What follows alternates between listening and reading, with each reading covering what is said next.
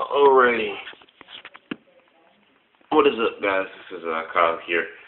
I want to talk about just a little quick rant on something real quick, and that's wrestling fans always talking about different angles and saying that this angle was wrestling fans need to always compare angle lines and stories and even certain gimmicks and stuff of wrestlers, and have the need to compare them to other past angles and gimmicks and say that this is nothing but a rip-off, and it's a rip-off of this angle, or they're a rip-off of this wrestler trying to be this wrestler. And the whole purpose of me saying this is that of this rant is that everything in wrestling is recycled. Every idea, every angle, every gimmick, everything is recycled in wrestling. Now, that's not to say that at a certain time and period in wrestling that you will get a spurt of something different, or you get that lightning in the bottle effect every once in a while. But in the wrestling profession, where wrestling is not an on-season, it's not an off-season sport, it goes on constantly all the time, mainstream wrestling, that spark of something different, something new, comes every once, probably a generation, and once every 10 years, pretty much. But besides that, everything in wrestling is always recycled, it's always been done before.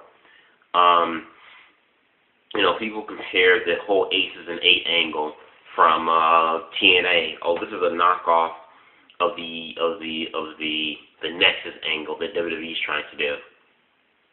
You look at the Nexus angle. People say, oh, this is a rip-off and a knockoff of the NWO. To try to go like the NWO.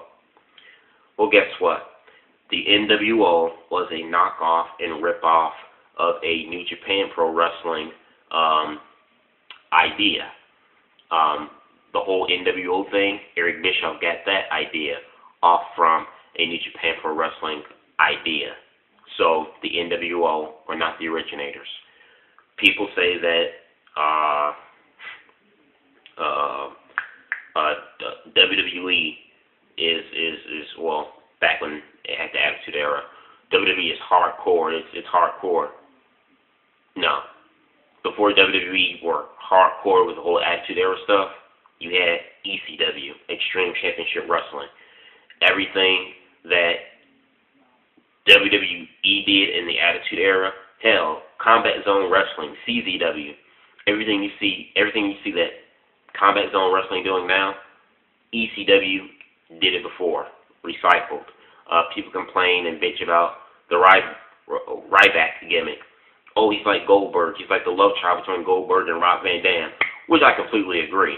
He does look like a hybrid of those two. And you say, oh, they're trying to make, I definitely agree with that as well. Ryback is WWE's attempt to make their version of a Goldberg. I absolutely see the similarities, but guess what? Recycled. Been there, done that. Even though Ryback is nothing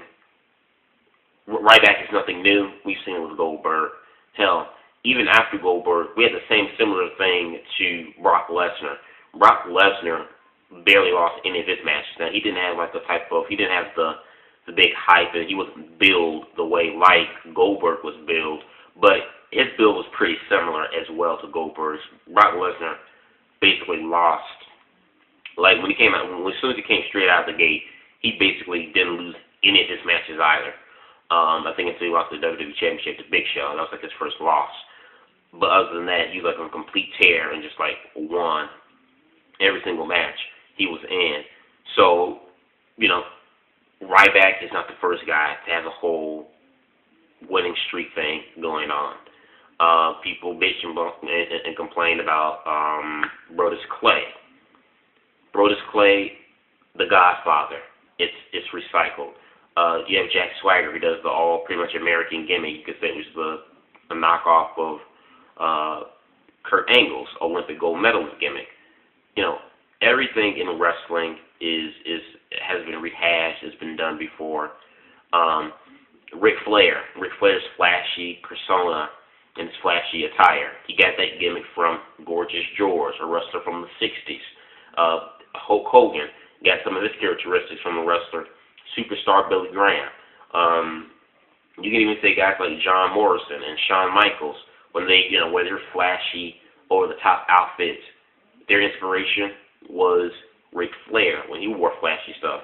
So this is just a little quick rant. I'm just saying that I'm tired of wrestling fans just always complaining about, this person stole this idea for that guy, or this angle is a rip-off of this angle, when honestly, every idea and gimmick and characters in wrestling and stories in wrestling has been ripped off from some other promotion or some other idea that's been done before in wrestling. It's just been rehashed. A lot of stuff that the NWA did back in the day, years ago, WCW ended up replicating a lot of their stories and angle lines from the NWA. So I mean, it's just how wrestling works. Wrestling is just recycled stuff, and like I said, not to say every once in a while you won't get that new fresh idea, that fresh storyline, that fresh wrestler gimmick, whatever, something that's completely new and different. Like, for example, like Goldberg's winning streak thing. That was completely new. That was different. We haven't seen anything like that on TV. And then after Goldberg, then you got your Brock Lesnar, and then now you got Ryback. So every once in a while, you will get that spark of difference, that new idea. We get the gears turning.